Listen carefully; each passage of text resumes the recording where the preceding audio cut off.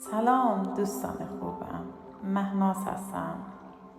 امروز میخوام براتون یه خلاصه دقیق و دوستانه از کتاب فوق‌العاده قدرت عادت که یکی از کتاب‌هایی که واقعاً من خیلی دوست دارم و براتون تعریف کنم. کتابی که کمک میکنه بفهمی چرا کارهایی را تکرار میکنیم، چطور عادتهای بد شکل میگیرن و از همه مهمتر چطور میتوانیم زندگیمان را با تغییر عادتها متحول کنیم. فصل اول: چرا عادتها مهمند؟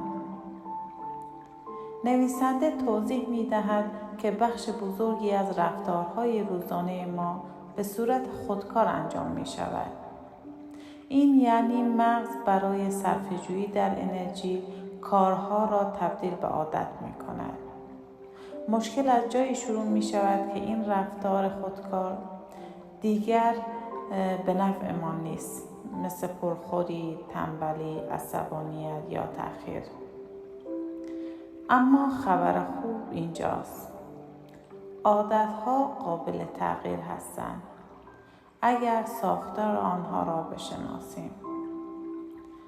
فصل دوم: حلقه عادت، نشانه، روتین، پاداش. به گفته نویسنده هر عادت از 3 بخش تشکیل شده است. نشانه، چیزی که عادت را شروع می کند. روتین، خود رفتار. پاداش، احساسی که بعد از انجام آن می گیریم.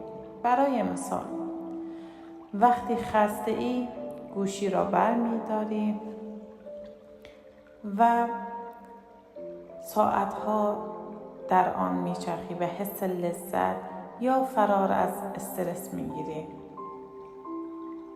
اگر این 3 مرحله را بشناسیم می توانیم هر عادتی را بازطراحی کنیم. فصل سوم: چگونه عادت بد را تغییر دهیم؟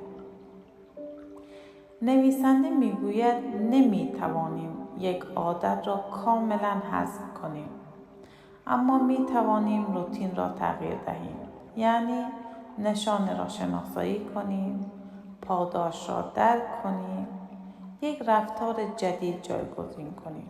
مثلا اگر هنگام استرس سراغ شیرینی می روی، می توانی در همان لحظه به جای خوردن شیرینی 2 دقیقه قدم بزنی یا چند نفس عمیق بکشی.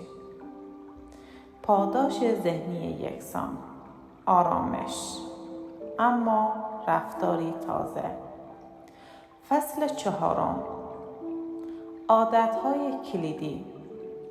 نویسنده توضیح می دهد بعضی عادتها قدرت زنجیره‌ای دارند، یعنی اگر همان یک مورد را تغییر دهی، بقیه زندگیت هم آرام آرام تغییر می کند.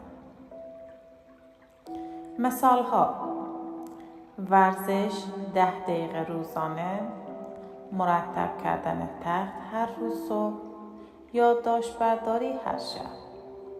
اینها باعث افزایش نظم، اعتماد به نفس و انرژی می شوند و رفتارهای خوب دیگری را فعال می کنند. فصل پنجم کتاب: نیروی باور. تغییر عادت فقط با رفتار اتفاق نمی افتد. لازم است باور کنیم که تغییر ممکن است. به همین دلیل است که گروه‌هایی مثل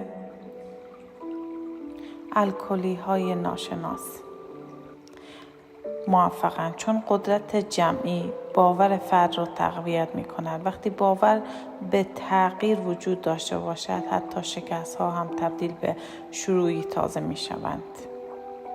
فصل ششم: شرکت‌ها و جوامع چگونه از عادت‌ها استفاده می‌کنند.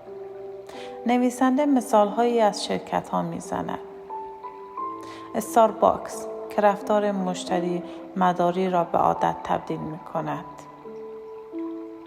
پیام مهم این بخش: عادت‌ها نه فقط زندگی فرد بلکه رفتار جمعی و موفقیت سازمان‌ها را هم هدایت می‌کند.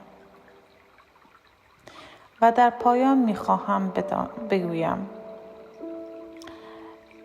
این کتاب قدرت عادت هاست که به ما یاد میده رفتارهای روزانه ما تصادفی نیست.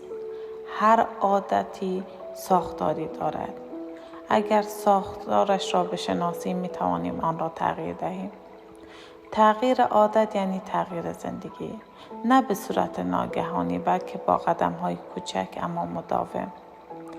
تغییر واقعی زمانی اتفاق می‌افتد که عادت‌های جدید و آگاهانه جایگزین و رفتارهای خودکار قدیمی شوند. دوستان عزیزم، امیدوارم این خلاصه عمیق و دوستانه به شما کمک کند از قدرت عادت‌ها در زندگیتان بهتر استفاده را ببرید.